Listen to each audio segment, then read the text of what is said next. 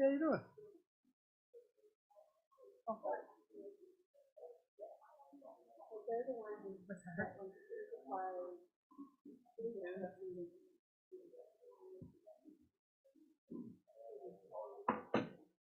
How's it going, Phil? Wait a minute, I did see it. I thought, I'm pretty sure that's what it was. All right, I have 6 o'clock. We're recording. All right, I'll call to order this regular meeting of the Pleasant View City Council this Tuesday, July 19th, 2022 at 6 p.m. Welcome, everybody.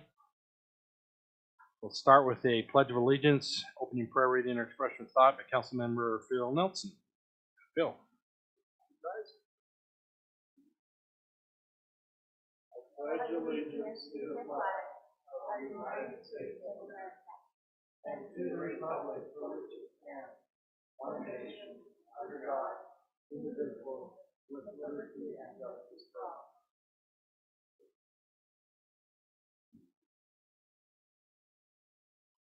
Our Father in heaven, we're very grateful to be gathered here as a council and the opportunity we've been given as a council to represent the city of Pleasant View. We're grateful for this beautiful city we live in.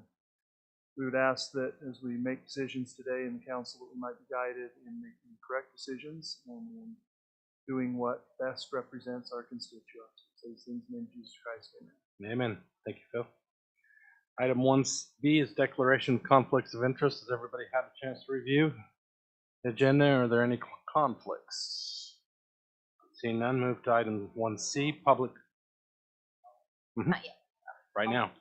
1C is public comments or questions for the mayor and council. Anybody wish to address the mayor and council? Okay.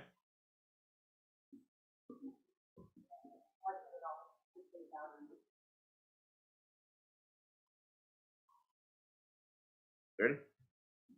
All right, I'm Derek Draper, Livermore and 400 West. So I've come today to address the council on take Councilwoman Yuri up on ways the city can save some money through the budget.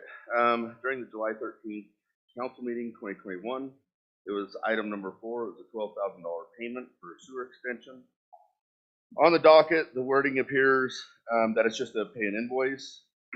When Mr. Jackson was, and this is Tyson, right? When he got up and explained, he authorized to fix 2 Pleasant View resident sewer lines where it tapped into the city loop sewer line and have the city foot the bill. Well, for one, I was dumbfounded, and even some of you on the council questioned this. Ultimately, the council passed the payment of this bill. With this being done, since the council has set a precedent for paying the citizen sewer lines, I'd like to request that Pleasant View City pay for the upgrade of my sewer line as well.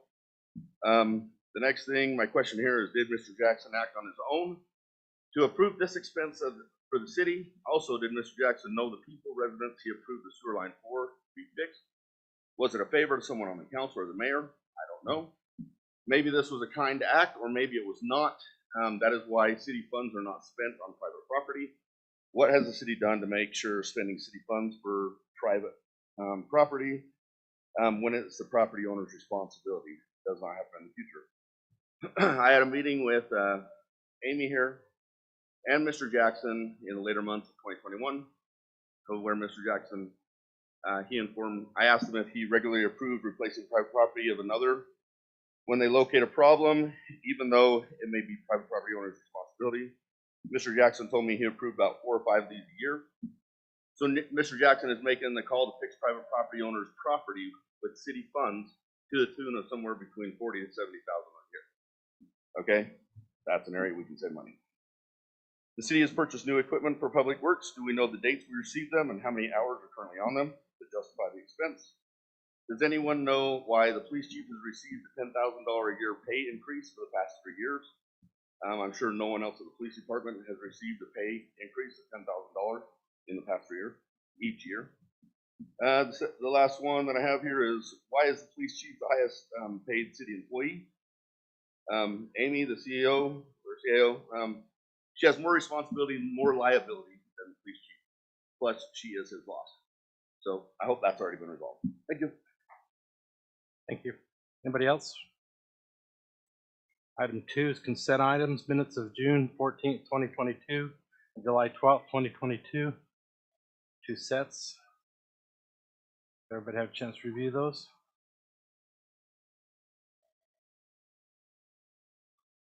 And the bills of Pleasant View City 2B. We can do just a motion on consent items. Mayor, I'll make a motion that we approve the consent items for June 14th and June 12th. Or sorry, June 14th and July 12th. And the bills. All right, do I have a second? Motion by Marriott, second by Yuri. Further discussion? All in favor say aye. Aye. Any opposed? Motion carries. Thank you.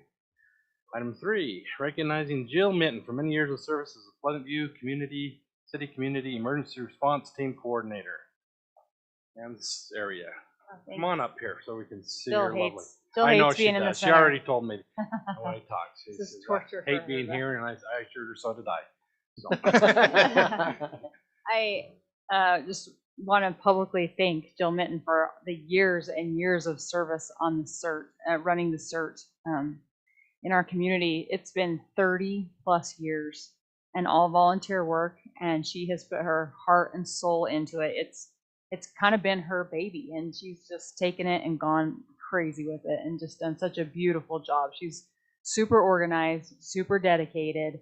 If you ever have been to any of the trainings or, the emergency nights, she's just amazing. She's been amazing, and our community is so much better because of Jill Minton and what she's done for our CERT and in the community. So we want to thank you so much. So does anybody want to add anything to that? She's continuing doing it, right?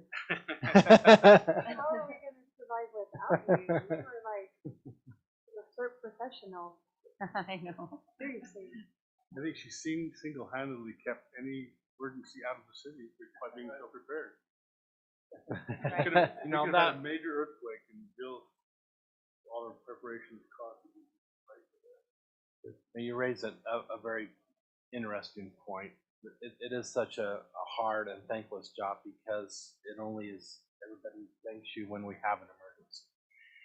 They don't thank you for being prepared if we have an emergency.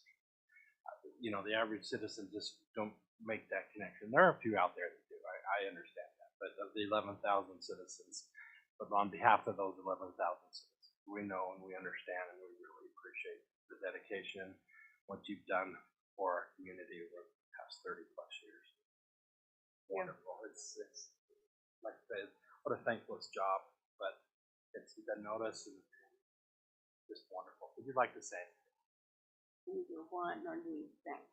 It's been a labor of love. 90% of it I have absolutely thoroughly enjoyed, and don't you have an awful lot of fun. I'm mostly resigning because I'm just not capable of making it to I have given it everything I've got, and it only covers half the city, and I don't know what to do about the rest of it. It means more than I've got, and that's what I need. I'm more than happy to stay on and help with the transition. I'm not walking away. Right. We're going to take you up on that for sure. But more has got to happen. More than I can. Well, we'll try to redo the night, then get it going. Everything you've done, we can build upon. Yeah. So Yes, That's thank you. amazing, the coordinating efforts and stuff speaking from one block captain. I'm incredibly appreciative to how you coordinate the efforts with the section coordinators and the block captains and all the events and the drills and everything that we have. Really, thank you. We appreciate you. Awesome, Jill. Yeah, you got it. We just have a little. For you guys. Everyone come down for a picture? You want me to take out your phone first? Yeah, okay. Big camera.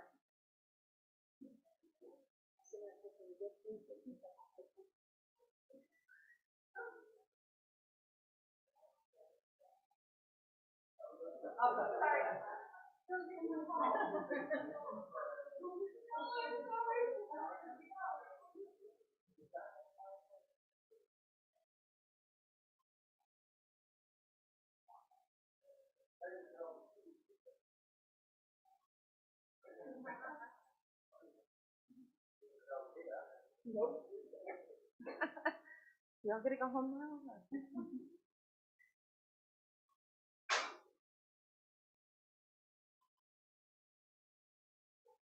30 years, that's pretty amazing. Grew up with Jill, and she's been prepared for my whole life, so prepared people. Okay, item 4 is firework restrictions. Discussion of possible action to consider modifying the map for firework restricted areas within the city. Ordinance 2022-22. Fire Marshal Ryan Barker's here with us today to present. I'm here on behalf of Northview Fire. We are looking at proposing changing firework restriction boundaries. I don't know if have you seen the map that we're proposing? Do you have the map you can call I up? haven't seen it. I saw the map, but it wasn't really highlighted on the black and white copy. Well, Oh, you have it loaded here. Larry, so good. So we'll call it up. the reasoning while this is getting pulled up while we're thinking about this. Yeah. A week ago, so last weekend, we had 25 fires get started statewide, and all but 3 were human caused. They burned over 130,000 acres, and that was a week ago. Maybe a couple of them, but just barely got put out. So with how dry everything is, we've had talks among fire officers in Weber County of how to kind of tighten up our boundaries a little bit. So, for example, Ogden City dropped their boundaries from Mountain Road down to 2nd Street to try to give a buffer. North Ogden picked up the boundary. Yep, you can see we picked it up. It's fine, it's not. But North Ogden picked it up at Monroe and carried it to Fruitland Drive, and then so we're trying to increase the boundary in North Ogden, and then in Pleasant View, we're proposing to follow the canal until the welfare farm, the Peach Farm, and then we come down to Pleasant View Drive on the boundary of the Peach Farm. That just kind of protects that whole big field. The main reason is there's a state wildland or wildfire program that we've got to show as cities we're doing our part to prohibit wildfires from starting. So then the state will cover the bill if one does start. For example, a couple of years ago we had a big fire up in Coal Patch that I think wasn't you had to pay for, or they were this way you wouldn't even be liable. The state would pick up the bill if it happened again. The only main changes for Pleasant View is just west. Yep. County. Right. Which, when we're looking at the map, the canal is so far up that hill where So currently, the fireworks restriction is anything above the canal, but on the west side of the city, it really needs to drop down to Pleasant Drive because, well, as you can see on that top corner, it's just open field. And so when he presented it to me, I thought that's an excellent idea. Yeah, that's great. Thought about But that just goes to the county line. I guess that's the then top we'll of this. follow Pleasant View Drive to 89 to the county line.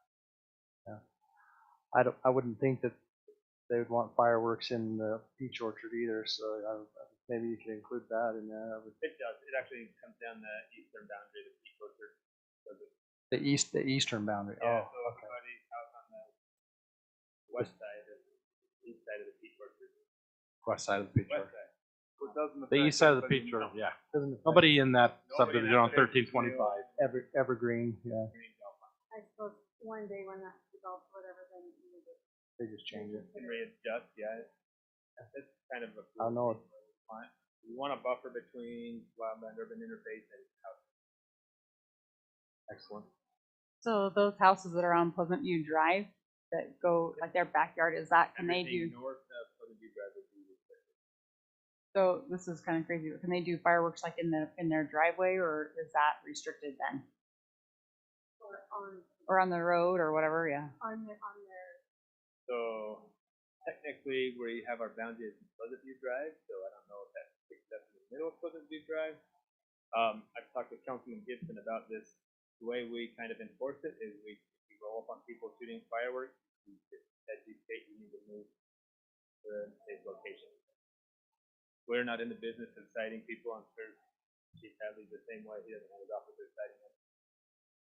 And we just try to make sure that we educate and Can we just include that roadway? And no one's going to be doing it in the roadway, but I would think we would include the north side of the road and the full road, because that's the hazard there, right? I mean, there's nobody living above, very few people living off of Pleasant View Drive above in that region. So So you're suggesting we allow the Pleasant View, people on Pleasant View Drive, or not allow? not allow anybody on the north side of the road or anybody in the road to, That's the way Fire. this currently reads, this proposal. Now, in the recitals, it says, recommends there be a permanent restriction on fireworks and open fires within the city on the areas listed below. I am actually not in favor of open fires. Like Being in part of fire it? pit? Yep, fire pits should be allowed. Okay. It doesn't, the actual restriction doesn't prevent fire pits. I just wanted to make sure the recitals say. What about burning like, spring cleanup in their garden? So, what, you guys have I can't remember, is there a time when this kicks in?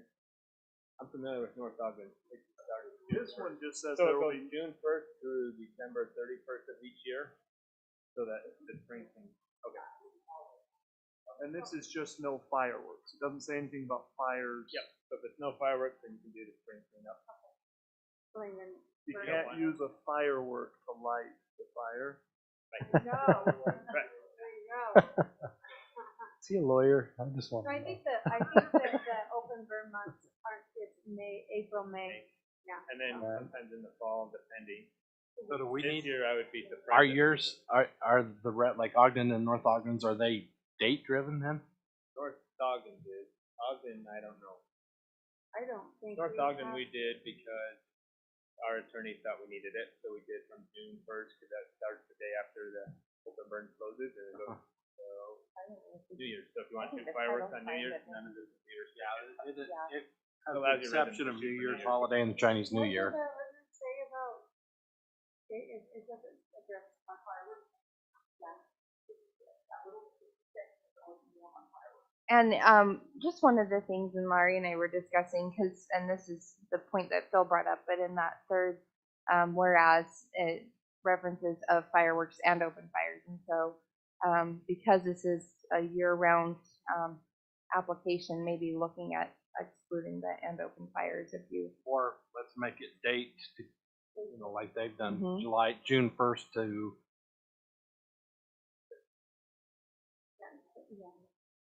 But Well, our current code, the 840.010, doesn't restrict open fires in any way. So that's a different provision of the code. The code that's in this ordinance proposal is just doing the fireworks.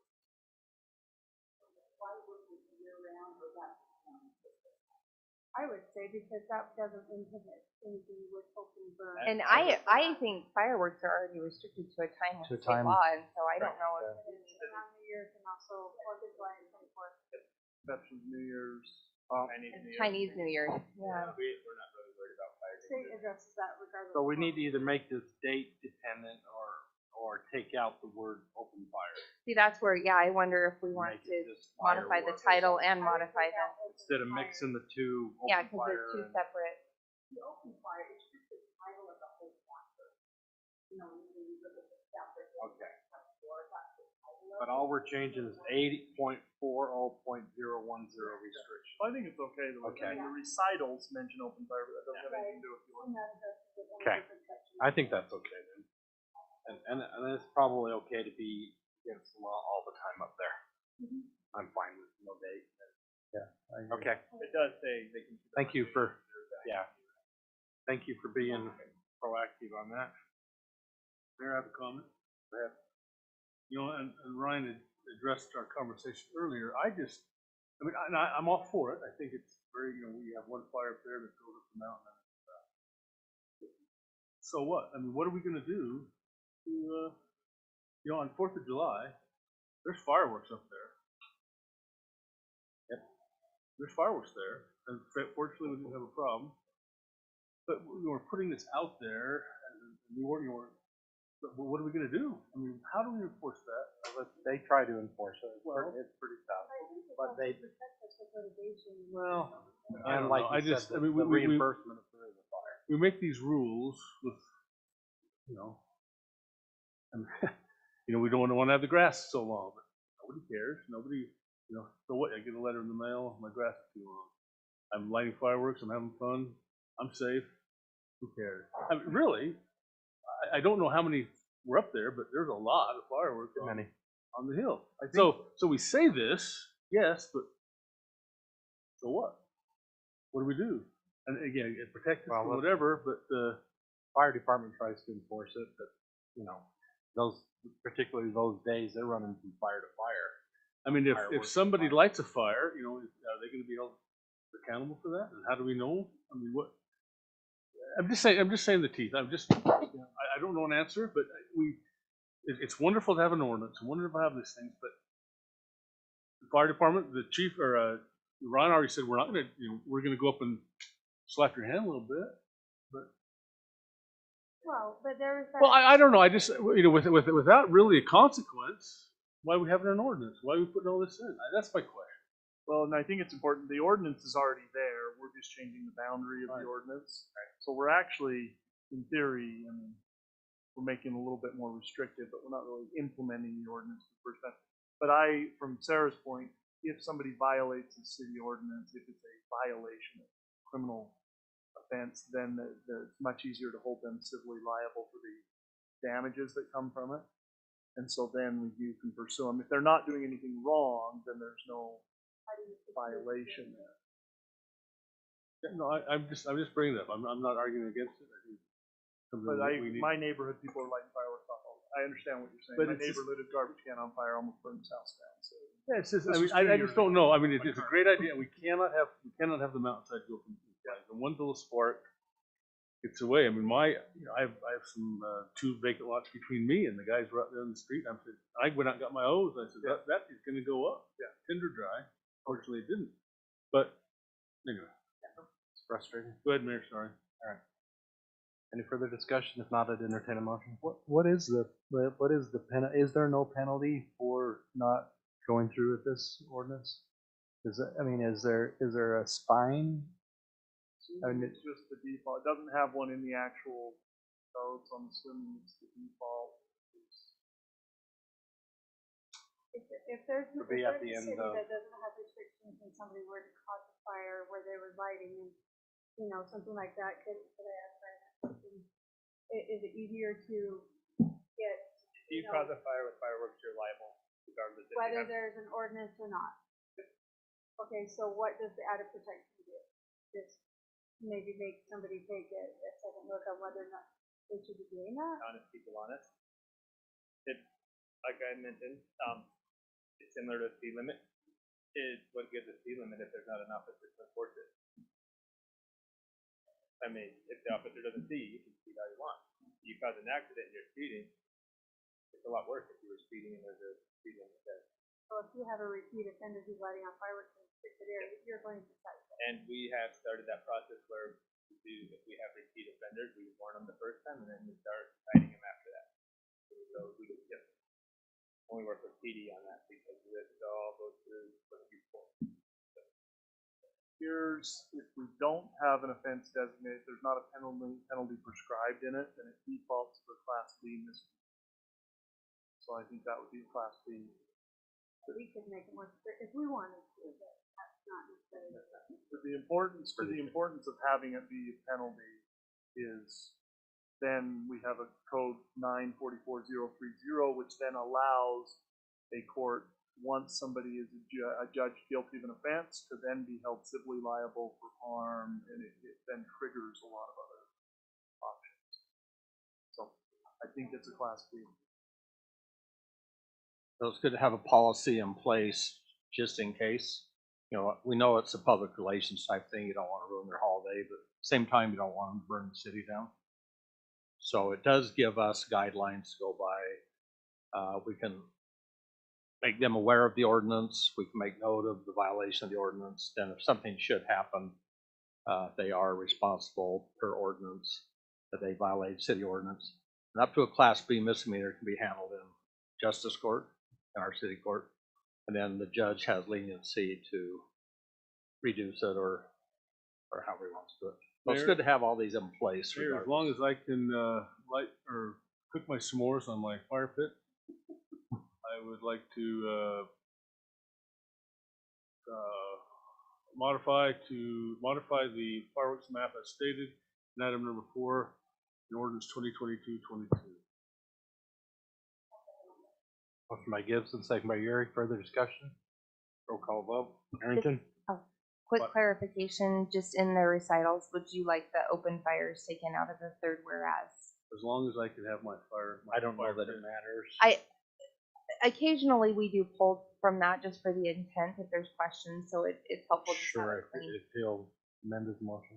Sorry. Open fire, I mean, a fire pit, I think there's a distinction between a. Yeah, fire- and there's a fire different pit ordinance that and addresses and that. an open fire, so. Yeah, As long as I can still, as long as yeah, I just can, for clarity, Are I you think. good on the second also?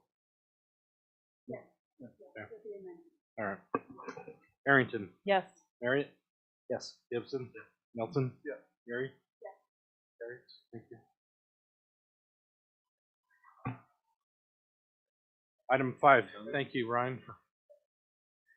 Preliminary subdivision plat discussion and possible action to consider preliminary subdivision plat approval for Pigview Plaza PUD containing 7 lots on 9.59 acres at approximately 400 west, 2550 north in C2 zone. Amy? And we actually have our planner, Amber Corbridge, here to present this. Amber? Hello.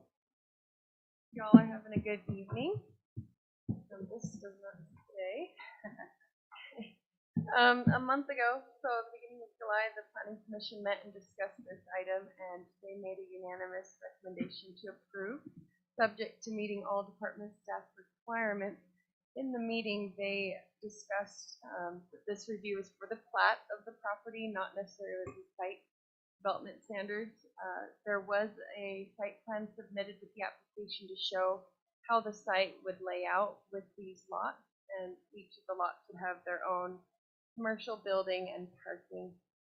So this plat is to divide that up for ownership purposes, and then they would share the access ways on the lot leading to both the street frontages 2700 and 2550 north. And so in their review, they were looking at the design and compatibility of the subdivision. They discussed signage, traffic, and parking. So moving forward, they found that it did meet the code, and as long as they meet the site development standards, it could be approved. This will have 7 lots, as you can see in the plat in the packet, and they're going to have a mix of commercial development such as entertainment, dining, service-oriented retail. The Rush Funplex is already approved for site plan, which is going to be lot 1.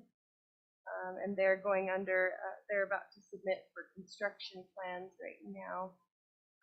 So this is considered a standard UD subdivision. They'll have to submit CPNRs for their final review. We didn't have a chance to get those reviewed yet, so that'll happen in the final review. But do you have any questions regarding this proposal? Does this come back to us for final or Yes. just Yes. planning commission? Back to us? Have it Okay. again for final. It does not go back to the planning commission, no. This comes to us, okay. Alrighty. I just had a Questions? question about the 2550. Will the developer help with that roadway there? Are they going to put some infrastructure underneath it, or is that Pleasant View City's? Like that road is terrible. It's ours. No, we own the entirety of the road, strangely enough, yeah. So I didn't know if the developer had any like, you know, I mean, will it just be Is that sloughed off part like of it is? the- No, it's gonna. Is that part of the review, or is that part of the? I don't see Yeah, sidewalk- engineering would sidewalks catch that in anything. their review comments if it was required. Which will be. If they're needing to improve any of the right-of-way, park strip, sidewalk, that would be. No, that's 27. Is there sidewalk along there now? Might be sidewalk. Is there sidewalk along there now, Dave? I don't. Yeah. No, Oh, okay. I just remember it's so close to the school. I know, there is on the other side of the street, it's hard to. East of you. Okay. Yeah, there's a canal. They buried the ditch of the canal along there, but there's no sidewalk. So part of that development review can be that would be one of the requirements to do there. It doesn't show Only side. Is there recommendation. sidewalk shown in the plan on that side? There is. I know it's kind of hard to see. There's a park strip as well. Okay. Very small. Yeah. Mayor, I have a huge concern still on the 2550. We've got to use 2550 as a high traffic street. We're showing I think there's 3 entrances and 3 exit lanes on the 2700 north side. But that street is going to continue to get more and more congested, and we've got to figure out, I think, some way to use 2550 more, especially for the westbound traffic. There'll be a light. On 2700. That's not guaranteed yet. We are working, and the city's been working with the developers and UDOT. Yep, that is the intent of the request. Yeah, and I'm confused. You say you see 3 entrances on 20? Well, on this, yeah, if you see, not 3 entrances, I'm sorry, 3 lanes. Oh, okay. He's showing 3 lanes of it. So, I mean, and if there is going to be a light there, which we had talked about, and that's the So location. the intent and the request is to have a full intersection here and to have signalized to go both ways. And then it would funnel, and correct me if I'm wrong, Jim, Dave, and Drew, but I think it funnels down 2 lanes. Is that correct? In the second half. There'd be connectivity through the center section of this to the Correct. properties on either side. As it As develops. it develops. Yeah, you can see it better on this map. But that's a good, there's putting more traffic on 2550 with the. I think as we continue to develop this commercial property all the way from Washington to Highway 89, I think we've got to really push the traffic more to the 2550 side and at least allow it to be usable so it's not so congested. 2700 north is going to be worse than Riverdale Road if we don't do something. Plans to eventually widen 2550? Not currently. That's something we can bring up in our. Well, it will be widened. I mean, well, as we talk about this, that, there's 2 lanes there, but there's also, well, I don't know what that road width is planned right now. Currently a tight 2 lanes, and I think with improvements, with what we've been looking at, it would include some widening, and just by improving the roadway, some additional space for the 2 lanes. I mean, it's not increasing the lanes, but I think from a safety standpoint, with the improvements that would. We should do that now if we're going to do it, though. I mean, And typically, as Amber referenced, at least require it here. engineers review, Have they, site plan yeah. approval for the rush, so they've already been Well, approved. but with the additional components, they're still final. Yeah. That's No, I really agree tough because, you're talking about turning it into something that UDOT changed it from, okay? It was a UDOT road, and it was a major collector road, and they changed the nature of it when they put in 2700, gave it to the city because of all the residential, including a school on the south side. They wanted to get all that type of traffic off of there, and what I'm hearing is we're looking at saying maybe we need to put all that, we need to make it back into that type of road. And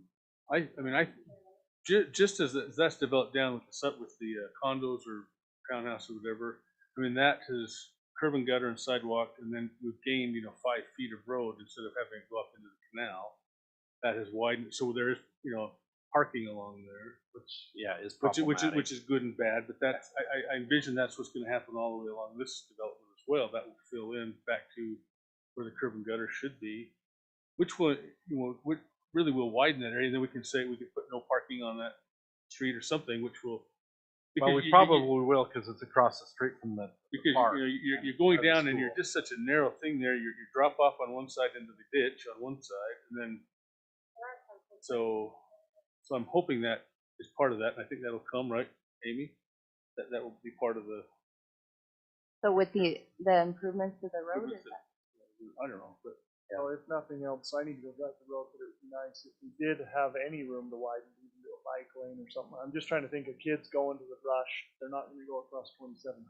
but we have to have sidewalk along there. I hope that. I mean, I hope that's a given.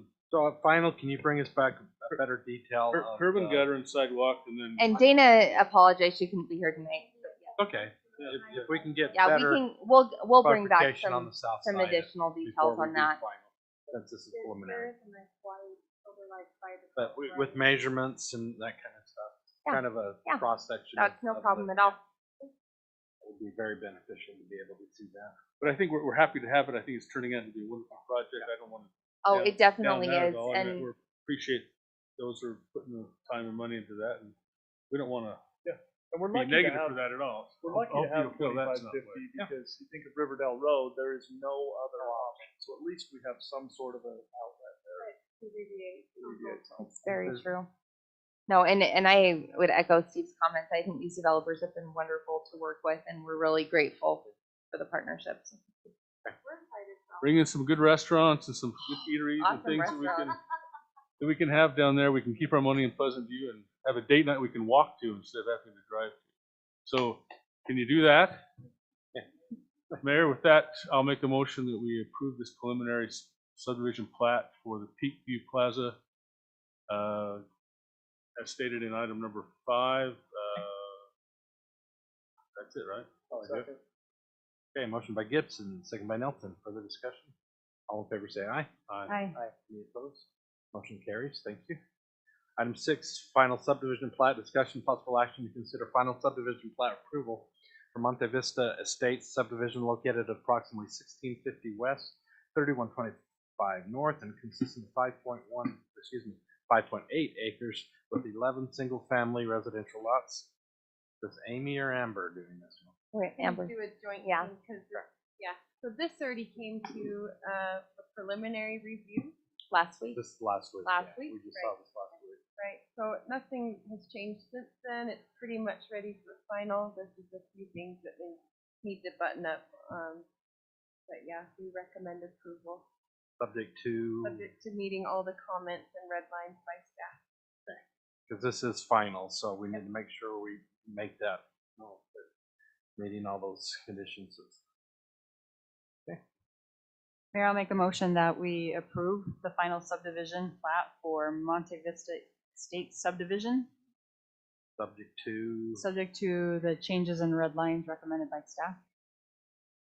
I'll second that motion. motion by Arrington, second by Uri. Any further discussion? All in favor say aye. Aye. Any opposed? Motion carries. Thank you. Item 7 is a drainage agreement. Discussion and possible action to consider a drainage agreement between Utah Department of Transportation and Pleasant View City for the collection and conveyance of stormwater from city property and discharge into UDOT's drainage facilities for Matthew Meadow subdivision located at approximately 1650 West, Highway 89. Amy, Okay, so this is thank you guys. a bleed over from the last one. This is a drainage agreement, just to convey the stormwater from the property, and we're working with UDOT for the Matthew Meadows, and also now because he's purchased both properties, the Monte Vista Estates, and so this is the Is UDOT standard agreement with UDOT. Has UDOT approved this, or are they Yes, waiting for our approval? they're awaiting our approval to finalize, but yeah, ultimately it's just that formality of. So where's the water going to be going? Is it So eventually going to be going into? It's adjacent to the UDOT road, and so that's why we have to have the agreement. Eventually going to the horseshoe pond, or where is it? You don't know where it is? I don't know the final destination for the drainage, but we are gonna have a detention pond there. Probably goes down to the detention basin, Yeah. based on where it's located. I just wonder where, because they're so sticky about where they put water. And they won't let us go on It- 2700. It goes to wherever UDOT currently has theirs running. I just wonder where that would go. Hmm. I don't know. Sorry, I don't know. No, it's okay, it's okay. I just wondered, Yeah. because we've fought that over the years, they don't want us to put any water on 2700. They don't want to put any water anywhere. Just wonder why they're allowing us and where this is going to end up. And the agreement does not specify That's fine, that's that, fine. but yeah. No big deal. All right, any further discussion? Not an entertained motion.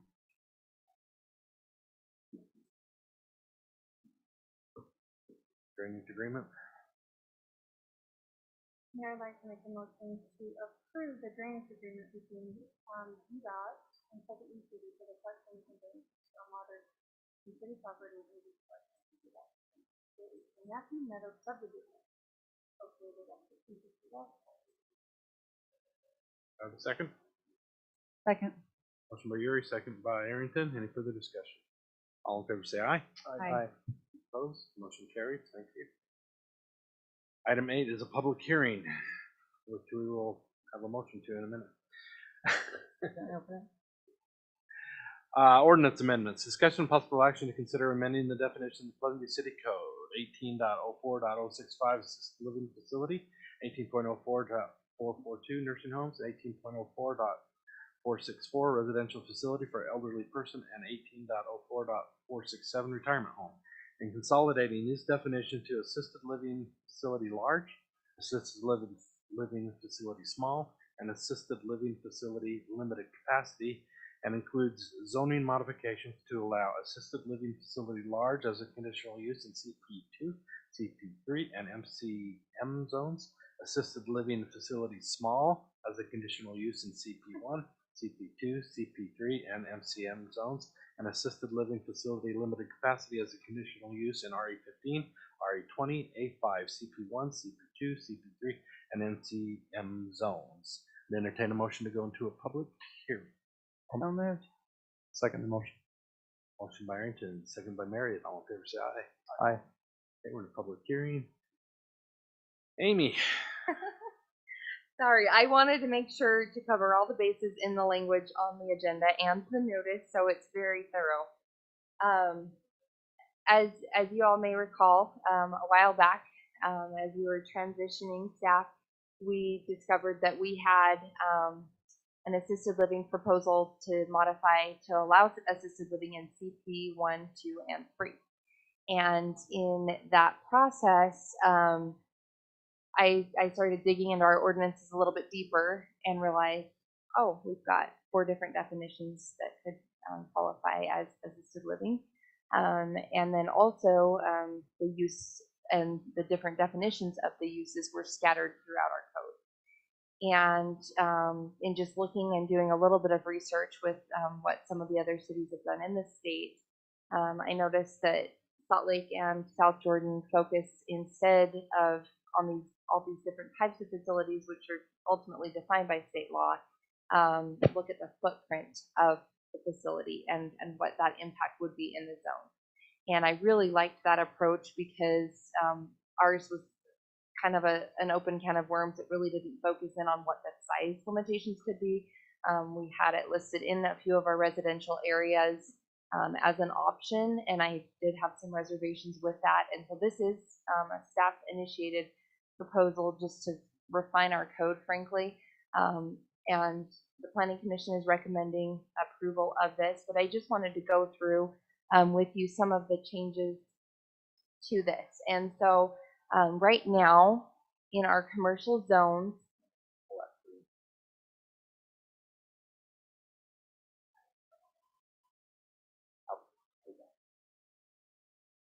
On in. okay, we can just take that. Is anything good?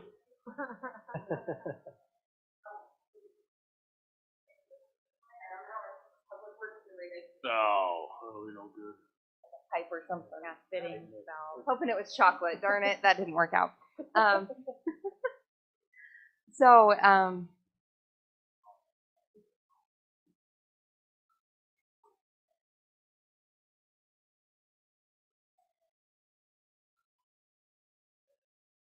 okay, currently in our C1 and C2 zones, it allows for an assisted living facility and nursing home, elderly housing facilities, and retirement homes.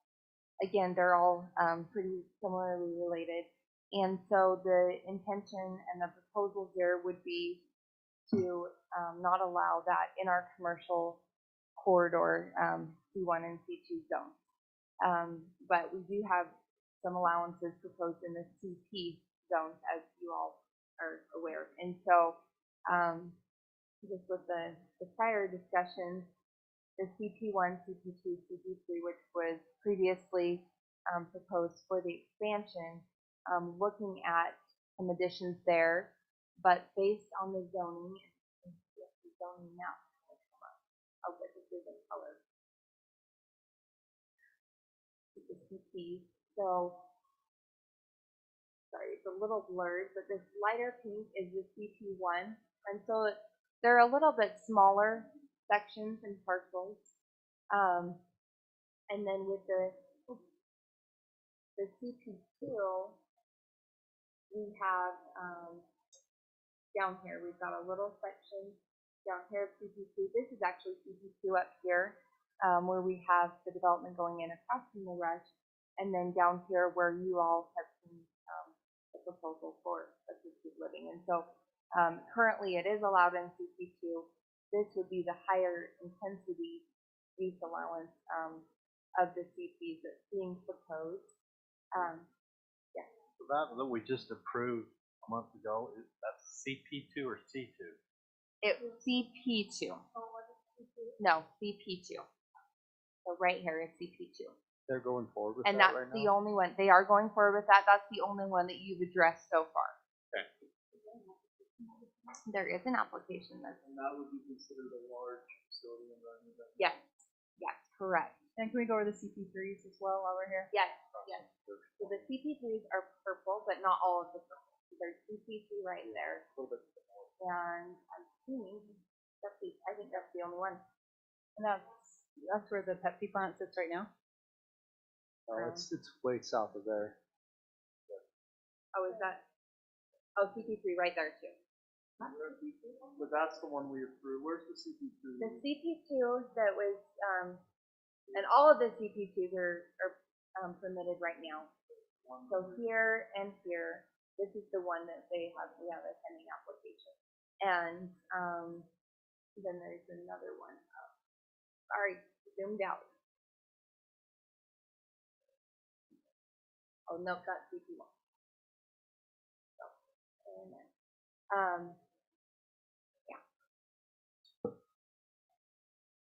And so on this, it's saying that we could still do it we could still do a limited capacity in RE15 and RE20. Is that what we're proposing?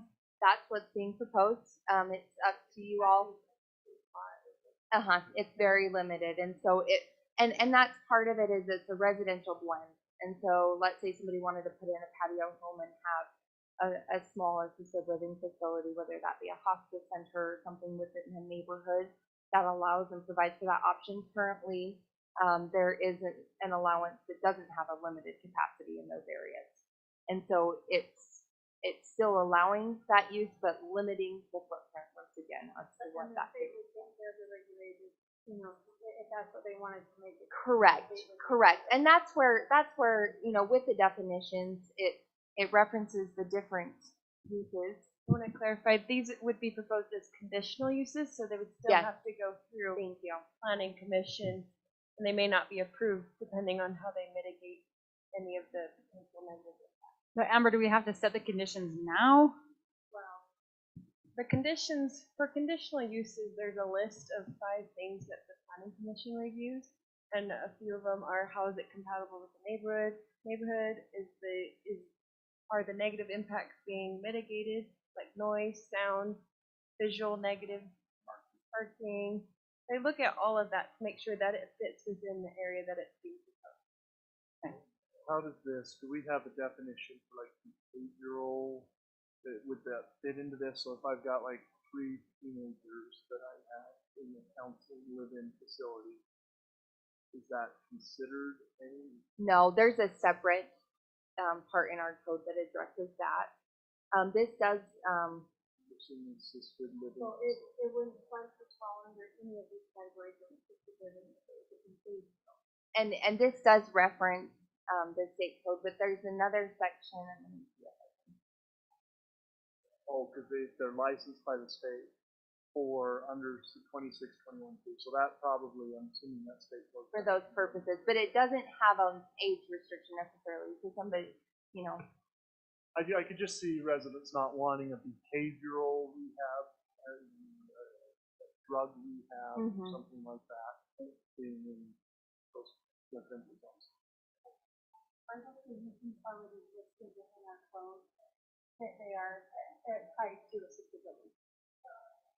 so This conditional Conditional use uses, period, and generally. so we would approving it as a conditional use triggers the condition. And frankly, it's very difficult to deny an allowed conditional use, but it at least makes it go through the process.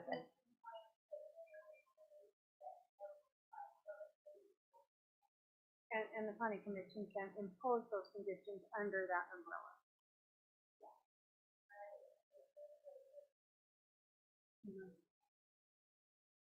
So I guess I'm not sure I'm clear on this. The assisted living definitions, does it include their nursing home, the retirement home? Yes. All of those Yes, descriptions it's all now folded into one into assisted living. now. And So for me personally, I don't really want to put it in residential areas. Like I'd prefer it to If stay. I were to be put in a assisted living, I would want to have my house in a residential area so I could go for a walk and throw my rotten tomatoes at kids and all that stuff. So I would want that. I wouldn't want to be in an industrial park. A small one. And the footprint mitigates. Yeah, Two to five two to people. five. I mean, I think that's a one. If I were in assisted living and I want to get out and walk the neighborhood or something, Amy, was I that, think that's a great thing. you looked at other cities and that, right? Mhm. Is that really these are the numbers that were that used. is in a Salt Lake. use that is Salt Lake's use. You know, but if you had a 6 to 16, I mean that's getting to be an apartment building type thing. Yeah, it's a bit. Not allowed in those.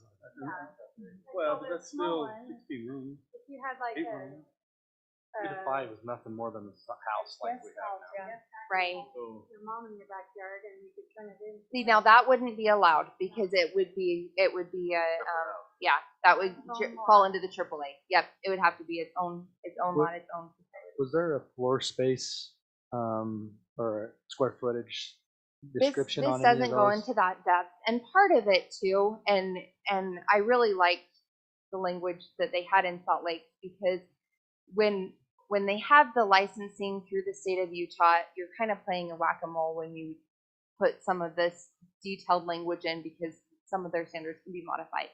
And so the way that, activities of daily living social care as defined in Utah code and then the section or its successor. And so that kind of, I think, gives a decent umbrella to and they're would defining you those things. We're not. consider taking out the RA15 and using RA20? I like that. Yeah, so it's like a Just 'cause bigger it's a bigger lot. Bigger lot. bigger footprint. So like RA20, I think half acre. RA15 third acre lot. There's not that's I would take that part out honestly and just leave RA20 and A5. But I mean I would if assisted living. If I had enough money and whatever, that would be nice to live. I think it's a cool option, and honestly, with some of the crazy kids in my neighborhood, no offense to them, but it's like I'd rather have assisted living next door. That's what a 2 to 5 bedroom facility. It's like So how it facilities doesn't are- define to that extent, no, but it may define the types of accommodations that are required for those types of services. And so based on those types of accommodations would dictate. My grandmother-in-law went out to Roy, and there was a house, and they converted it into an assisted living, and it was the best care that she had, and her, she could get up and do the stuff, but it was just really, really nice. The lady kind of just took over that 2 to 5 people and treated them like her own, and it was just a really good situation. So anyway, but I would consider if you don't like the residential, take out the RA15, just only have the RA20. That would be maybe. My bigger concern is it references that state code, but that state code covers a lot. I mean, it covers personal care agencies, it covers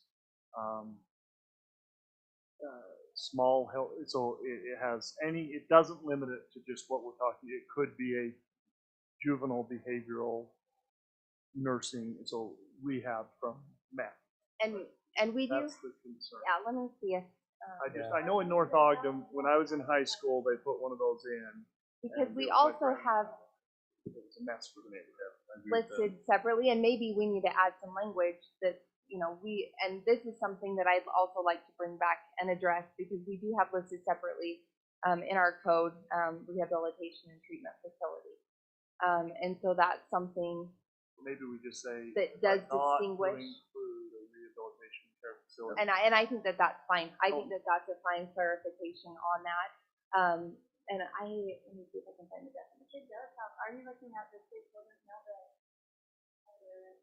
So I'm looking at the definitions on 2621-201, and it has like personal care agency. I think It we has- want to be careful on the rehabilitation and care. I mean, I know we're talking about maybe substance abuse or troubled people. That's one thing, but there are a lot of what, for lack of a better term, mixed use assisted living facilities that have a rehab component, that people come from the hospital and come in there to either transition to assisted living or to rehab and then transition out if possible.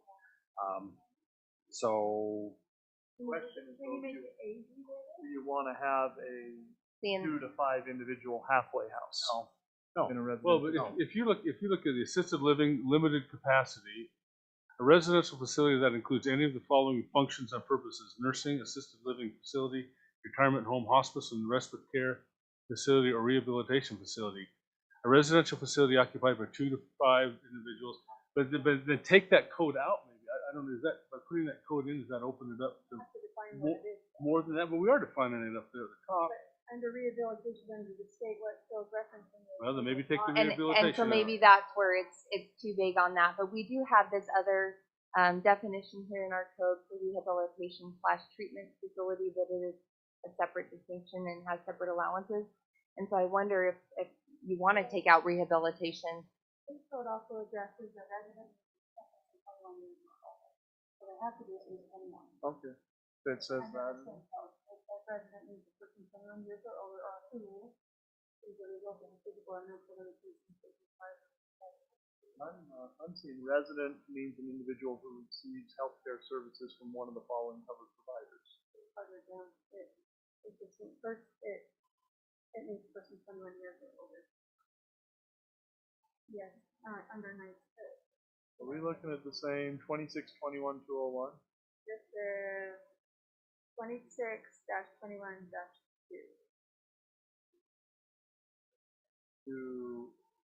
Line item. And 201 is the definition. Resident means a 21 years old. I might be. I know I'm looking at the right code.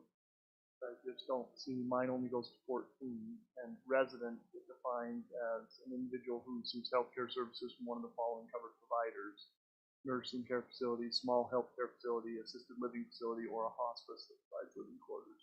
I don't want to delay this. I just don't want to inadvertently put in residential zones a care center that will be problematic. And I think you can add clarification if you'd like to table that portion.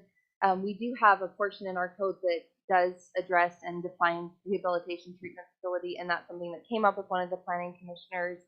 And I would like to frankly dive in and visit this topic specifically. I know there are state and federal laws that restrict what cities can do with some of it, so that we can't completely ban them out of our cities. But just some things to look at with that. And I don't know, maybe we need to say a rehabilitation facility for elderly persons. I think I don't know if we do that. What it used to say. Did it? 18-4.464 residential facility. Well, can we take it out of residential and add it later? Like if someone wants to come in and change it, they could come and apply for a change, right? And I think that that's an option, or if you want to eliminate the smaller use and just have the limited capacity, that's I an like option the idea too. of the smaller use. I just don't know if my brain fully understands the implications of putting it in an RE. I think we should table that, the limited thing Definition, and and define that a little more. With field, I don't want that in my neighborhood as well. Is this under time? There is no time crunch on this. No, this is no time crunch. And frankly, it's kind of huge. It's kind of eating an elephant. And I would like to, because again, the question came up, and I think it's interesting it came up both Planning Commission and City Council, but with the other rehabilitation, drug treatment type thing. And so maybe we want to look at that more specifically as well, if you have direction to do that, because there are some allowances in our code there right now that probably haven't been visited in a long time. And frankly, some of those things are allowed in some of our zones that you may not, you'd be surprised. For this particular thing, we're looking at Yeah, it's basically assisted living and residential facility for elderly person and retirement home. I think That's- that's our intent. Yeah. Yeah. So we need to make sure that is what we, Mayor, I would, we're in a public hearing, so I don't know if maybe we should get out of a public hearing, or are we? I Is don't there any- know. Did we Did I lose ask for that? public comment? I don't. any public comment? I'd make a motion to close the public hearing. I'll second the motion. Motion by Gibson, second by Marriott to close the public hearing. All in favor, say aye. Aye. Motion carries. Mayor, I vote to, or I move to table item number 8. The clarification can be made on mainly the limited capacity. The one, and I don't know how it works. I guess rethinking, is there any rush, and maybe not, maybe so.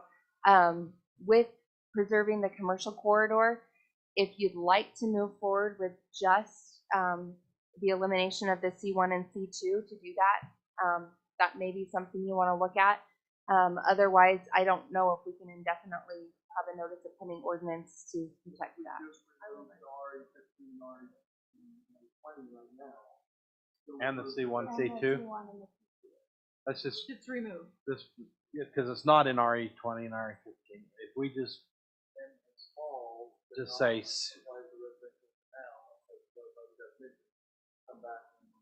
Mayor, I'll make a change to my motion. I'd like to pass this ordinance with the exception of the limited capacity, move RE15, RE20, and A5 off of the consideration, and go forward with CP1, CP2, CP3, and manufacturing MCM. Well, as listed here. Yeah, so the I'm- ordinance has removal of C1, C2, so so ultimately let's back, pulling out. let's back way up, okay? So you're saying there is a time, kind of a time crunch here. There could be. If someone came in. If somebody came in and wanted to apply in C1 or C2 for assisted living, they have that option right now. So I'll restate my motion.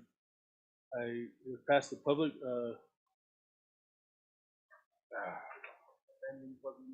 amending the code as stated in item number 8, with the exception of RE15, RE20, and A2 for the assisted living limited capacity section of the ordinance. A5, not A2. Excuse me, A5. That's A2. Yeah, all right. RE15, RE20, and A5. Take that out of consideration for assisted living limited capacity, and pass everything else as stated in item number 8. So if you want to bring it back for RE15, RE20, and A5, you would have to start the process over again. Okay? Right. Or just redefine the limited capacity. Well, It's- not it's if the we word- pass this tonight. It's the wording. If we change it again, you'll need to You start need the to go through process. the process. That's- Hold the process up, I don't know what's better. To me, it seems better to pass it now. And do it in public. Well, and I wonder, I mean, you can change the definition right now, and so if you want to explicitly say it doesn't include I just the don't think, others, I don't or think if that you wording wanted- We don't know. is evident right now, what we need. I don't want to just ban it.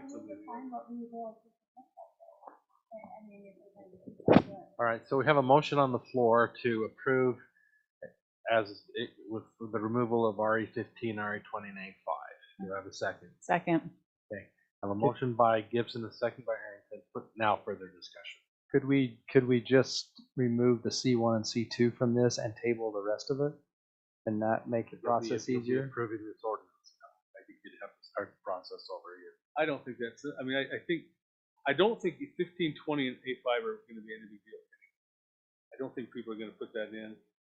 I like it if it comes up, we can address it at that time, or as we go forward, we can circle back around. Well, it's not. It was something being allowed use because we're taking it out. Yeah, so it would eliminate these and not. Eliminate those three, eliminate C1, C2, And frankly, the cleanest way to probably do it is just to remove this limited capacity, because, I mean, they could still do it in these other zones. If these zones are the challenge, then I just. Well, the motion on the floor is to approve it as is with the removal of RE15, RE20, and A5.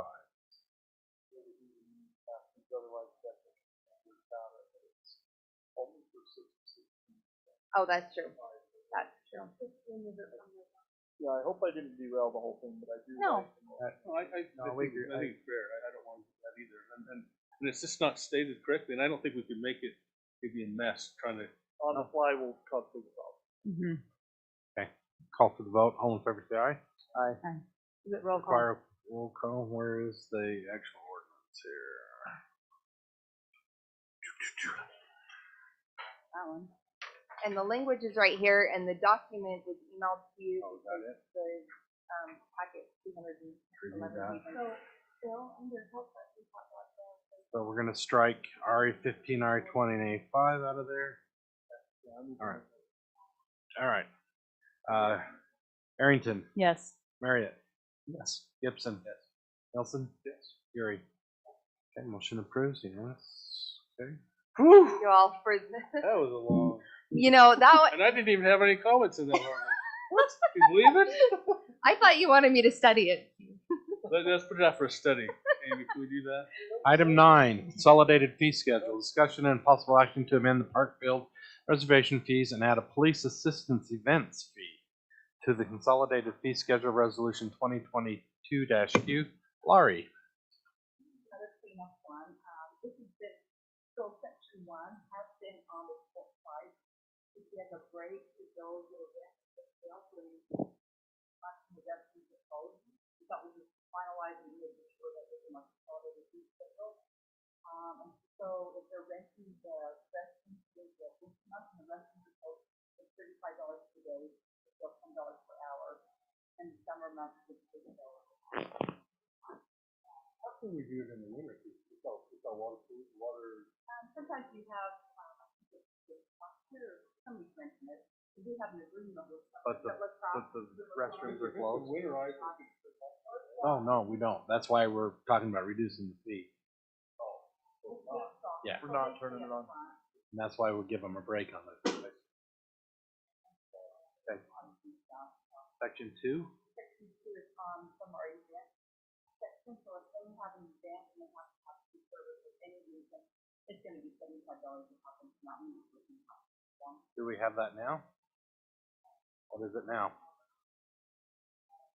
Right then. Oh well, so our new events application. We'd like to add that because there's We don't charge anything now. not right now. Okay, how does this affect like school functions where they ask for football? Yeah. So if somebody comes in, if you want to hold it, something, and you know, they come and something. Block the road off, or maybe I know Cindy recently had somebody that wants to do a 5K, and so I think they might need some assistance with traffic control. $75 per event. Per officer. That's pretty cheap. I'd want one just to like help set up tables and stuff for $75. Pretty good. $75 Seems per pretty hour cheap. or just for the whole event? What if the event is the entire day?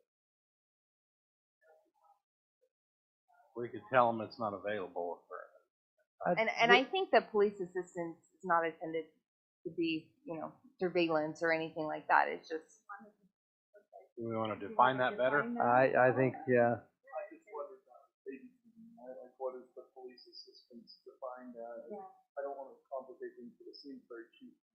It is, because you don't know, you didn't define it as all day or per hour or Well, we don't. all of those things. Listed as a defined term, Catholic, we have that, like, police assistance. see if I can. I don't Well, think and we've ever had that, what is that? offered that, we've never offered that. Does that commit us to some type of service that we need to offer there? I'm, well, Like if they want a road closed. no, I think it's probably a good thing, but we ought to define. So why don't we say add a police assistance event fee of $75 per officer per hour, subject to availability, whatever, I don't. I would agree with that. Also, to me, it sounds like that you have to pay the $75 for the officer when I read that. Like, I want it to say something like, if requested, yes. Chief, you had a comment? I did. When I was with the sheriff's office, they had me over event permitting. And anytime event like, say, the Ogden Marathon or Wasatch Back Relay had come through, I'd have to look at permits and see how many extra officers they needed to do that. And if it was 10 officers, what Weber County charged was $50 per hour per officer. Because sometimes we'd tie officers up all day, and they get into a time and a half mode, and all of a sudden, it's up $45, $50 an hour. So I think that's something to consider. So if we're going to do overtime, specific amount of hours, maybe we ought to address the amount. But if it's just, a charitable event or something like that, then I can see it. But if it's an all-day relay run or marathon or something like that, probably should cover the officer's expense. There's certain events. Oh, you know what? The application does say police assistance will be $75 per officer per hour. So. Just out of curiosity, are there certain events that you would, if they say, oh, I don't want to pay that, we could still let that event go on, like closing off roads? Sure, Anthony's sitting here going, I don't get $75 per hour. But you know what I mean? Like, if we want them to, if we're allowing them to close off roads for 5K, I don't think that necessarily that should be an option. Well, and so that's where, we, with the special events application, and similar to what we've done in the past, we have that go through myself, Public Works, police, and basically, I mean, obviously Cindy's kind of gearing those up, but to make sure that something is workable or not. And so it's really to vet through some of these things. We've had some recent requests, and we want to be more accommodating. There's probably more requests coming up, and so just trying to vet out, what does this mean? And one of the things it really does, and maybe we need to further specify in this, because in this application it says, will the event interfere with or interrupt pedestrian and or vehicle traffic, or require road closure of any kind? If yes, this may require police assistance. The police department will review your application and determine how many officers are needed. Police assistance is this per hour. We don't have a lot of extra police officers to No. help. So I would be probably paying overtime. So we'd be paying overtime or whatever, or is this just something that the police officer can volunteer for and get $75 for? So you say the application says $75 per hour. Per officer. And there's certain things that they ask in And I it think doesn't. we just change that. Yeah, Section it doesn't 2. guarantee either. It's just an application. So if they come up with some harebrained idea, we can say, you know what, that's not going to work for us, and we can't have the support because they give the dates and all of that. They volunteer for the service, but they don't get the 75. They get over. Or do we just do we give that? I don't know. City gets reimbursed $75 to pay them the overtime. Well, and I think we'd want That's all I'm overtime saying. officers, because otherwise, I mean, the chief's done a great job at getting us kind of stacked at Well, two. you probably need like a covering gas expense and that type of thing too. It's fully burdened, so I mean, that's the cost of the city. I mean, even though that's not the option to pay, that's Right. that's the All cost. 75 covers it. I mean, Well, probably for now it does.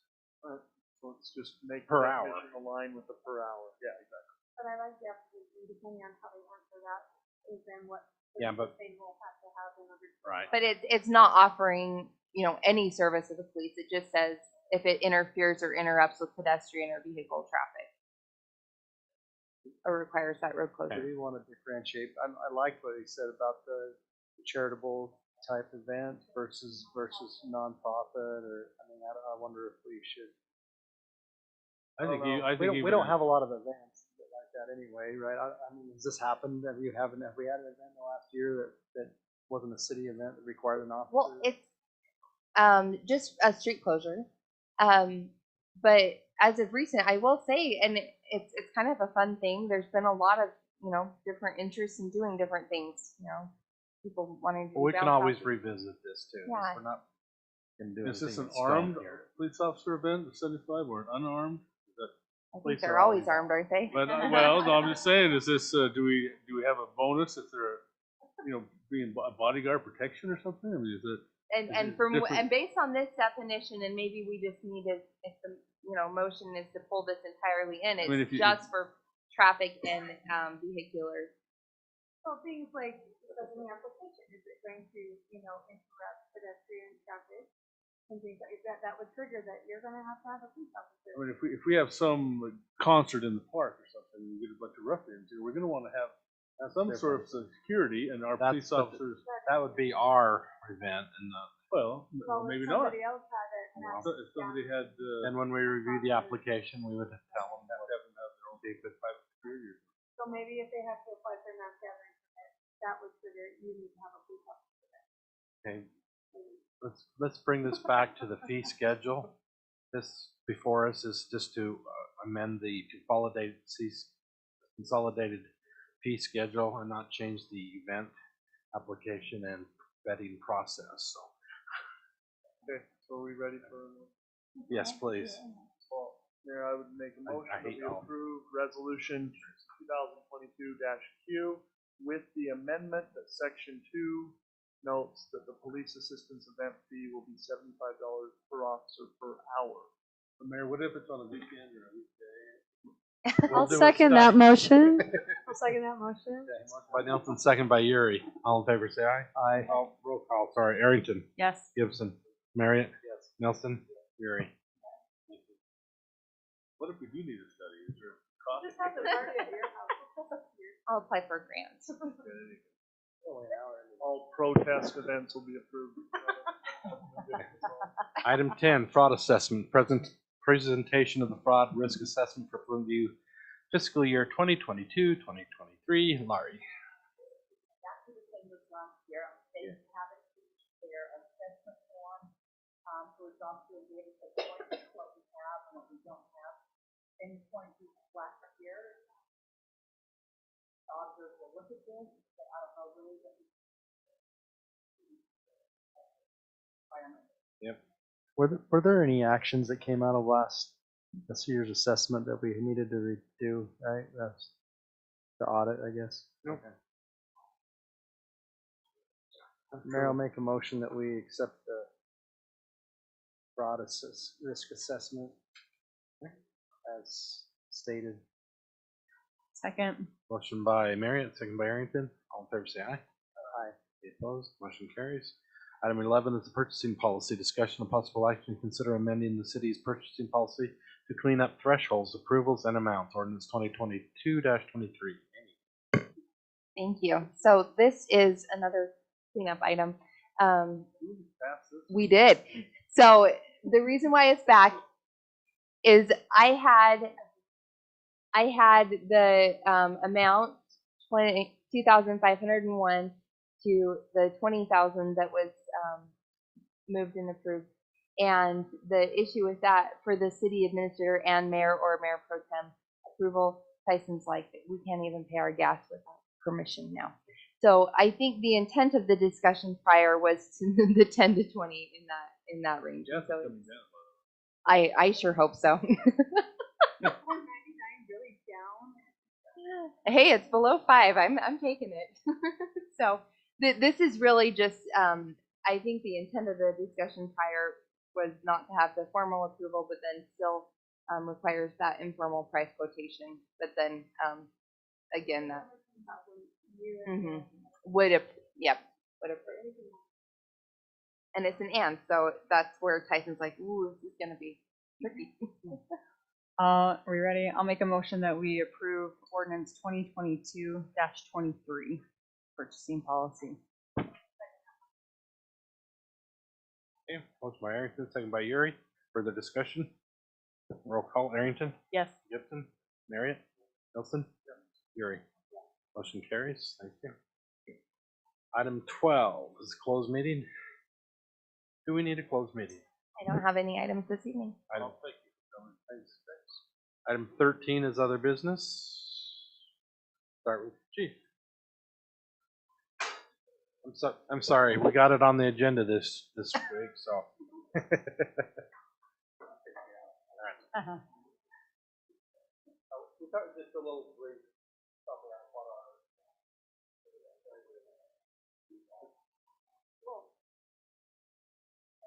Anthony has been great to help us do that.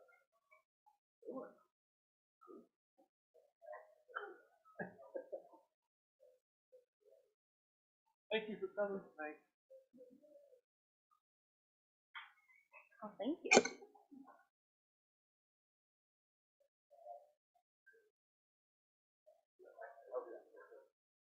This is just two examples of what we've been doing. We can do particular areas on request. But thanks, Tony, for doing this. You bet. First off, good evening, Mayor, Council, staff. What you have in front of you is two reports. One in the pink highlighter is going to be the speed trailer. We've seen that one. That one's one that's white, visual, gives you your speed. Big, but not humongous. So we've seen that one. The one in the yellow is called the radar switch. Easy, Steve, easy. Is a radar switch, and that's the one that was presented to you folks probably a couple months back. It's a black box, yay big, maybe 14 inches by 11 inches. We'll start with that one. Well, let's talk about how we patrol a street and the speed. Somebody calls in and says people are speeding in front of my house. We as police officers can park there. They see us. People slow down, right? Oh, a cop. We're probably all guilty of it. Cops, hit the brake. Slow down. Speed trailer has that same effect, but people now know it just tells you your speed and no ticket comes out of it, right? This radar switch, what's the best thing about it is if somebody calls and says, hey, I got some speeding issues on our road, I can go and place that there and no one knows otherwise. It's conspicuous. It doesn't put out nothing. It doesn't light up. Does nothing. It's merely a plastic box. And then I can control it remotely and set it up and check on it, whatnot. The cool part about that is we get the raw data with nothing there that alters people slowing down or obeying a light, the sign lighting up, or a police officer there. So the data we get from that is just raw information of what is actually going on. So looking at that yellow highlighted page on the radar switch, this one's a Thursday, Friday, Saturday. I got it this last week. The first one you see right here, it's at 1325 west, 3100 north in the 25-mile-an-hour zone. The total vehicles for that Thursday, so this is residential, is 74. Now you see next to it, unhighlighted, there's H. I'm going from left to right, 62. So the thing about that 62 is that's somebody going right there in residential, 62 miles an hour. Every street's going to have them. It's probably why people call for that few. And then the next one is the tolerated 75. Then you go over there. The important one here is the number of speed What is violations. the tolerated mean? You tolerate 75? No. So the way that this logic sets it up is a tolerated speed. So if speed limit's 30, where do we as cops, where are we going to pull somebody over? We're not going to pull somebody over for 31. We're about 9 to 10. 9's a good place to post that. I can't give you the exact definition of why that 75 was there. I can just tell you on the rest of them, the tolerated speed in the system settings is we'll say, okay, we're going to get the calculated numbers here on the tolerated speed because everything that's going in a 30, it's going 39 and plus. That's where your number's going to come there. Okay, and that's where it's going to pick the highest one. That's over the tolerated speed. If we're running patrol, if we're running radar, the chief and I talk. It's some officers. It's really up to. They're all different. You know, you might take me from Ron. The difference is 50 years. He might be a 12, I might be a 10, or vice versa, where we stop people. So that'd be the tolerated speed. Residential, where it's 25, I'm about 7, just because the kid that play is 25. So the number of speed violations out of 74, 3 were in that realm of right there. Above the tolerated. Yeah, and that was set at 9 on that one. So it'd be 34, 33. And then the number of vehicles respecting the speed limit, 71 out of the 74. And then so that's per day, so left to right, and then you keep going. Number of speed violations in the percentage would be 4%. And then all the way over here on the right side, you're going to see an 85% speed MPH. This is one I like to really utilize because it's called the 85th percentile. So when the state looks at speed limits and they look at what road should be a speed limit on what's the MPH speed, lowered, higher, they call it 85 percentile. So you ever drove down the road and the little black tubes are across the road? That's what they're doing, they're surveying. So they'll say, okay, 100 cars passed over this and they went, the 85% of those cars went 30 miles an hour. That's where they start the recommendation to get their speed. It's called the 85th percentile. So I like having this one on here because 85% on Thursday was 28, same as the next day, 28. And then the average is 28 miles an hour. I'll take that all day in a 25, especially with our demographics where we live. Up But we need to hills. get that one guy that was speeding 3 times back and forth. Well, that's an impound. That's a state tax. That's reckless driving. No, you no, I'm bet. serious. The one guy probably is a speeder or a lady. Well, so that, I have a question. So, no. Man, So my question is, can you tell what time and direction the 62-mile-an-hour car was going by? So direction, yes. I can only catch one way. It's only one way, so it's set. But time of day, no. Can't because, okay, I was just thinking if you could get a consistent time of day, then you'd know. Oh yeah, we'd hook, line, and sinker as you would. We'd get him. It is. It's.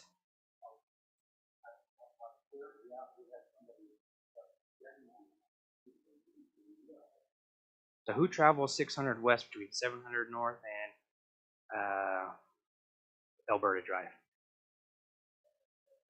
Right. Yeah. So did anybody see the black box right on a no parking sign? I didn't see it. Yeah, catching northbound. So that's how conspicuous it is. Nobody. I mean, it's a great tool. That's what seems interesting is it doesn't seem like there's a significant difference between the speed trailer visible and that's good to me. I mean, it seems, Yeah. So Oh, and these are just on 2 streets. For example, when we put down the tolerated speed, it'll show more people speeding if it's 37 than if it's 39. Yeah. So we've decided between us, 9 or 10 miles an hour is a speed that we'll stop them at. So that'll actually cut down the amount of speeders because we tolerate up to, say, 39. So we're still working with it. We're still making adjustments. We had it on 600 west, and how many thousand cars went by there? There's a bunch. Oh yeah.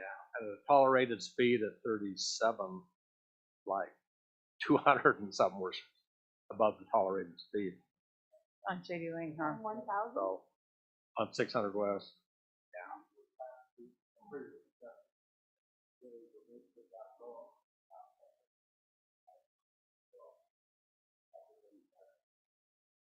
Yeah. We did a study on that,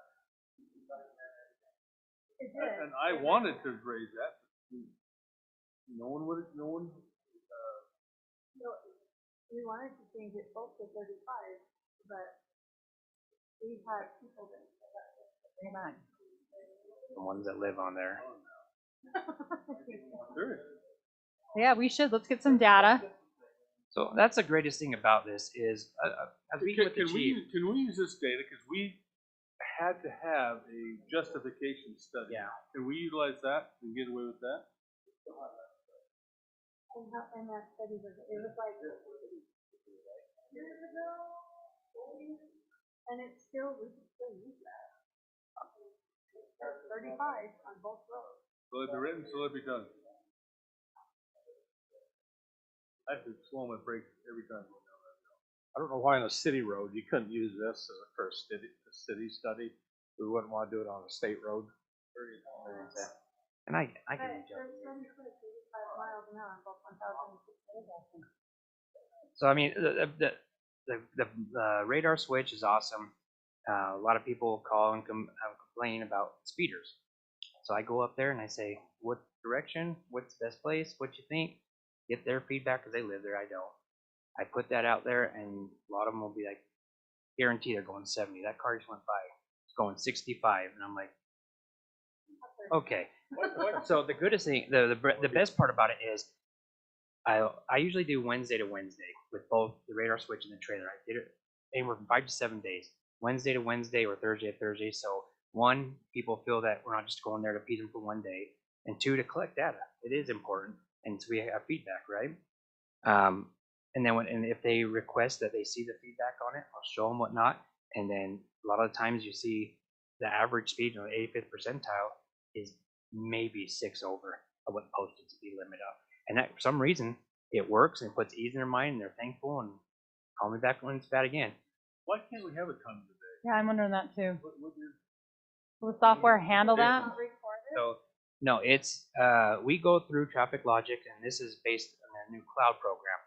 I will get back to you guys on that if that technology is going to come. If they're going to come out and say, okay, we're going to timestamp these things on there, but at this time, no. One, the speed trailer, it's well, the speed trailer, time. with this thing, I mean, I think where you're going, if we can say that there's a speeder Yeah. at 8 o'clock in the morning trying to get to work, then we can charge them. Every day.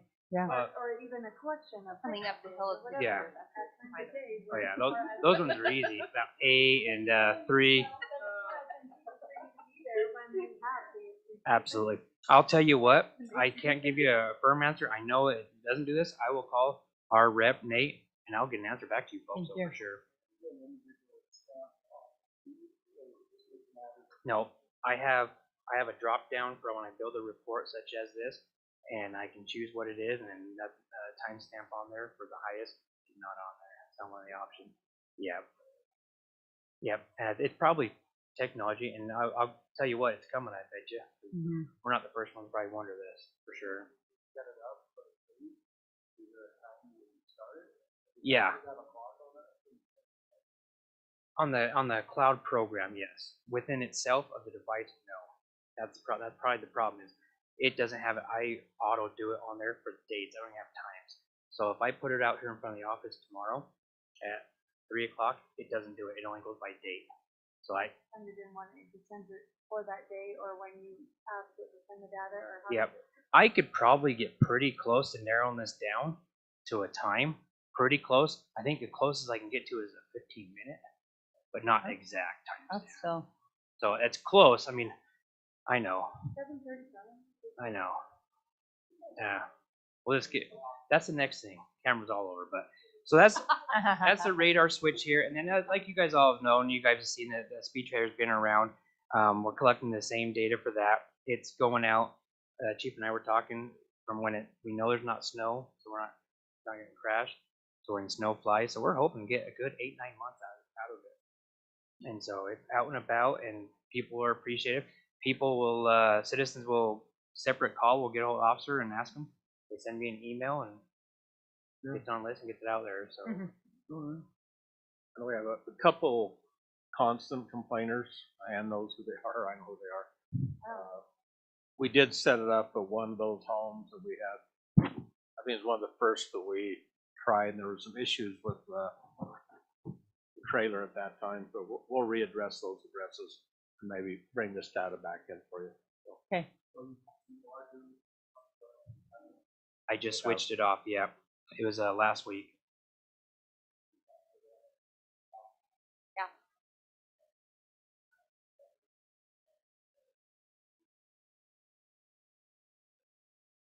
How long do you usually want to? So what I'll do, with the interest of that right there, I'll move it back to 600 tomorrow. So I'll have it from 600 on the radar switch. Tomorrow is Wednesday, so from Thursday to Thursday next week. Okay. And then, We have types of 35 mile an hour. We just all have to drive 38 on that road the whole week to see the numbers. you picked up what I was putting down on here. So I'll get that report to the chief, and then you bet. That's great. Great, thank you. Oh, no worries. Thank you. Any questions? Any other questions about the speed trailer radar switch? Thanks for all of your work on this and using innovative technology that's pretty affordable.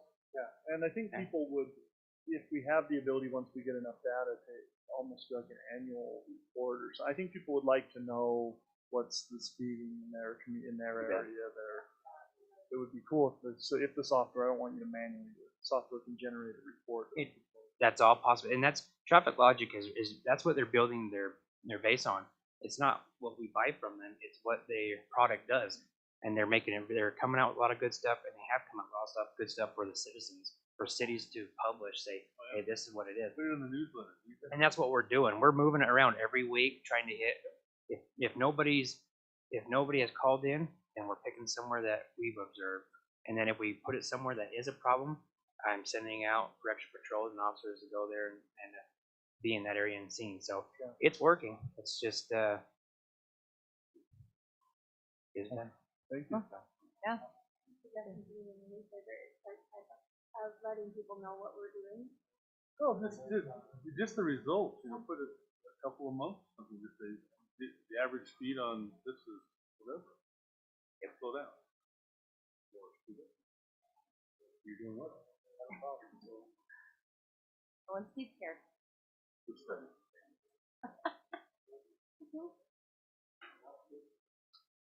I don't know. We had department reports yet. Okay. Take a couple minutes. Couple things. Well, a good thing. For June, we hit the 1,000 call per month mark. I don't know if that's a good thing or bad thing. Right? However, we do count traffic stops, or our computer counts traffic stops as calls. And having Officer Van B come out for the summer would probably contribute to that. Officers issued 171 citations last month, and Highway Patrol contributed another 60 something to the city. So we're keeping the court clerk pretty busy. There were 8 arrests, and one thing we've noticed on our radar signs, the trees are getting in the way of not only the sign, but the charging of the sign. They're solar. So we've Tony talked to Tyson about checking those radar speed signs and getting them trimmed for solar charging as well as visibility. So we'll take care of that. And you probably all saw the information on the graffiti at the park. We're trying to identify who that could or couldn't be. Officers have been given notice to extra patrol that area for kids hanging around. It's hard to catch them right in the act, but we are on top of it the best we can. We talked about doing some cameras. Are we gonna follow through with that? Or? Tyson's actually looked at ordering some, so I think that that's moving forward, and I think we want to get them around all of our park restrooms. I'm really frustrated. They got hit back. All of the cities are. It's this garbage TikTok challenge stuff, and it's really frustrating. Officer Van B come up inside one of the bathrooms at night. I really want a camera. Oh, that could be well worth the investment. The week before kids only do it once. Did we talk about a reward? I think we did. We actually put out a reward for $500. Yeah. Okay. I don't think we've had anything come in on it, but and the other thing too, I am reaching out to local religious leaders to try to get some youth involved in some service in our parks. Talked with the mayor today about around our veterans monument, maybe helping do some landscaping or something, just to help them to see the work that has to go into. I mean, even if they're not the perpetrators, maybe their friends are, and they'll discourage. Tell them about the reward when you bring them, when they all get together. They'll all be searching TikTok to find out who did it. So. And I don't know how to get on TikTok, so I'm sorry, I'm not. No, they do though. I don't know. I'm wondering. And we did unfortunately find out today that Officer Doan has lymph node cancer. So he's going to be going through some treatment for that. And we wish him the best and hope for recovery. They hope they caught it in time, but time will tell. So I just thought remember Robbie. Other than that, unless there's questions.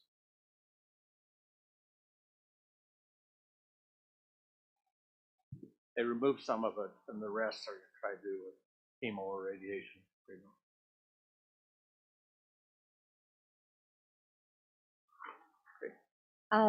I don't think I have any specific items this evening. Well, I guess I do.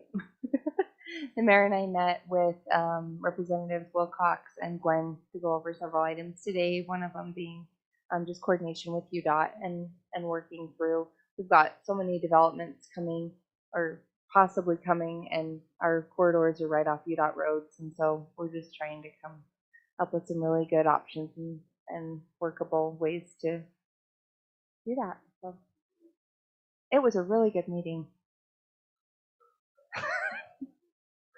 It was in Pleasant View. Asked all kinds of questions about, yeah.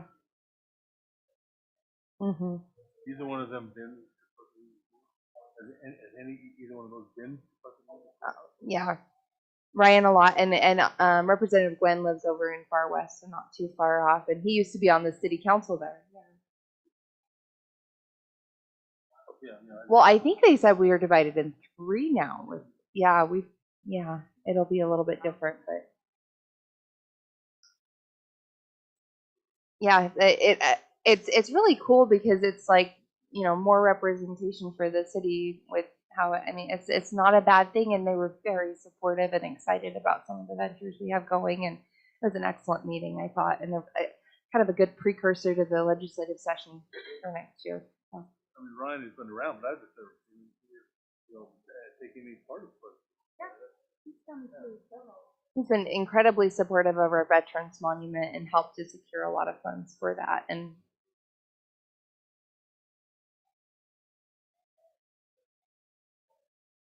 A lot of the events, he actually wrote a letter for our grant for pickleball. He's very supportive of it.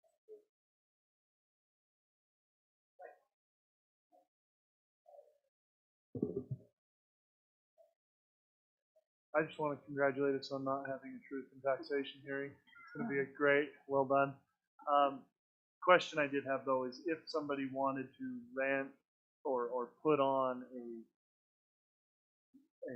pickleball tournament, do we have the ability to like? so currently we have not really, except for with the schools. And the reason being is because of the limited capacity. That's something we could revisit, but it's fully intended once we get the expansion and the new court, we will be renting those out. There's no reservation. But and I guess, yeah, that's something we could revisit or not, you know, based on the special event. If you'd like to expand that to allow that option, we did do it for the Founders Day, which was phenomenal. But Cindy's big concern, and I think it's a valid thing, is she doesn't want some people who maybe can afford to reserve the facility repeatedly, and then suddenly it's their own personal facility.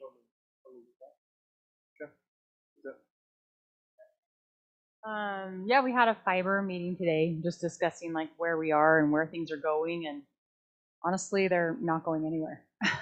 So we put out the franchise agreement. We've had one company sign it, and no one else has come to the table to sign it that they want to come. I think a lot of it has to do with our topography, but I guess we're just kind of stumped. Like we don't know where we should go from here or what we should do, or not exactly. We still have residents complaining, and we don't know how to help them out. So we kind of want some suggestions, I guess, from you all of what your thoughts or what direction we should head next, basically. So the one that signed, they're not moving on it at all. And Indicated they're not. And they haven't indicated they're not, so I am gonna reach out again and see if they're willing to sign the ones that we met with before. So that was something that came out of the meeting today. I thought that was good.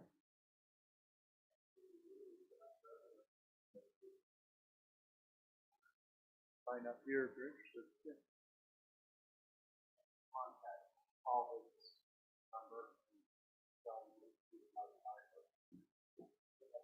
Yeah, we talked about that, maybe doing some type of a survey, trying to maybe break up the city and we talked about maybe having the youth council go out and help solicit just Opinions, more information. So,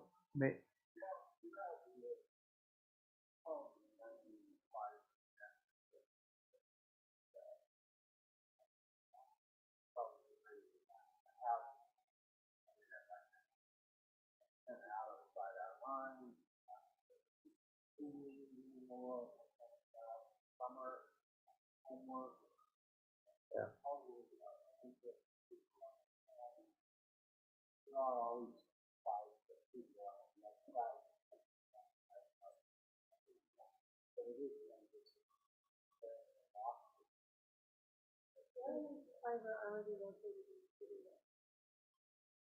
So there's some locations with TXOX, there's some locations with OptiLoop. Up by my house, Comcast has fiber line.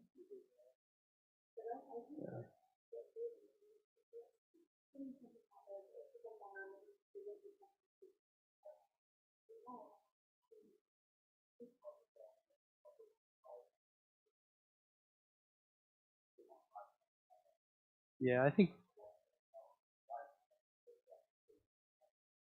Yeah, I think the thing is that most of the residents still think that we're going forward with something that's going to happen. And so you saw the posts on Facebook recently have been, hey, I thought we were doing something, and I thought, and yeah, we're trying to get, but it's no different now than what it was, 2 years ago. When we started the Really, process. it's all still whoever will come, whoever wants to come, and right now. They fizzled a little bit, and so I'm going to reach out to them. But I like the discussion and dialogue right now because I think, and to Dave's point, I think we need to put something out to say this is what we have done. We have, put together this franchise agreement, and we're trying to proactively get companies to sign on. Please let us know if you have interest, and that's where too with the youth council. And sorry we didn't get a chance to talk with you before the meeting, but I just think the more we can civically engage them, it's such a cool thing for them to understand these localized issues. Yeah. Everybody needs to understand that it's not the same place that it was. I mean, you guys did a tremendous amount of research. We figured out what the cost would be for the city to do it. We decided not to do that. So now we've got franchise agreements, and you can call these providers if you want it, and you can hassle them, and you can get them there the same way that my neighbor did to get Comcast installed. She got Comcast fiber installed by calling them every day, and finally they just said, okay. And they came and installed the line to her house. So.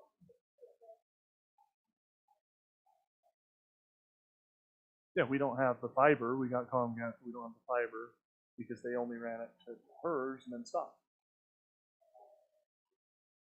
Yeah. Okay. No.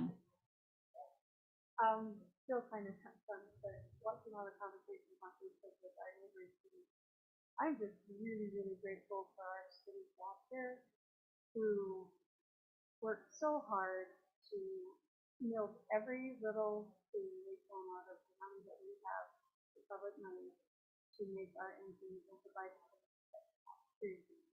You guys are phenomenal with planning and how we save for things, looking ahead and being proactive. Larry. I'm so grateful for our staff. And for our council and for our mayor, seriously, of looking in the past and the decisions that previous councils and current council mayor have made. I'm just really, really grateful for our city and the way that we do things. And so we look to all of you guys and for staff especially for really, really proactive and honestly, thank you. Yeah, ditto. That's great. It really is amazing how things are smoothly going along. We're debating and doing good work, and it's awesome. I like that. Yeah, I don't really have anything specific tonight.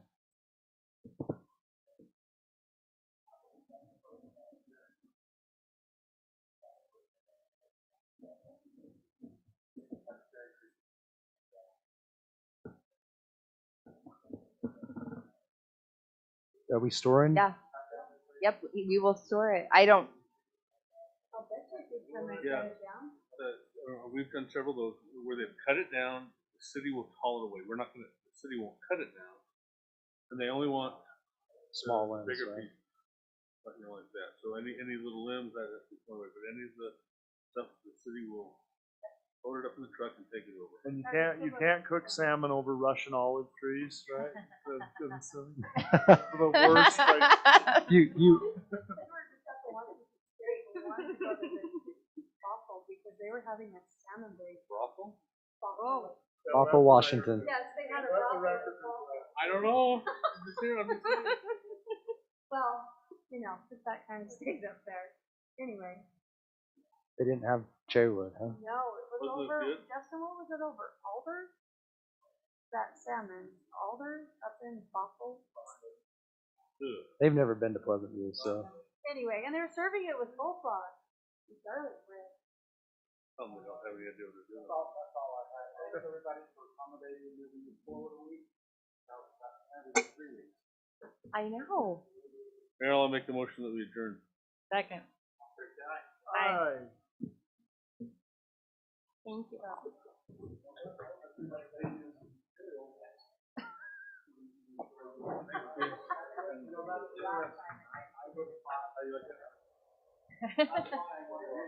Crazy. Thank you so for much. coming. Appreciate you, Tony.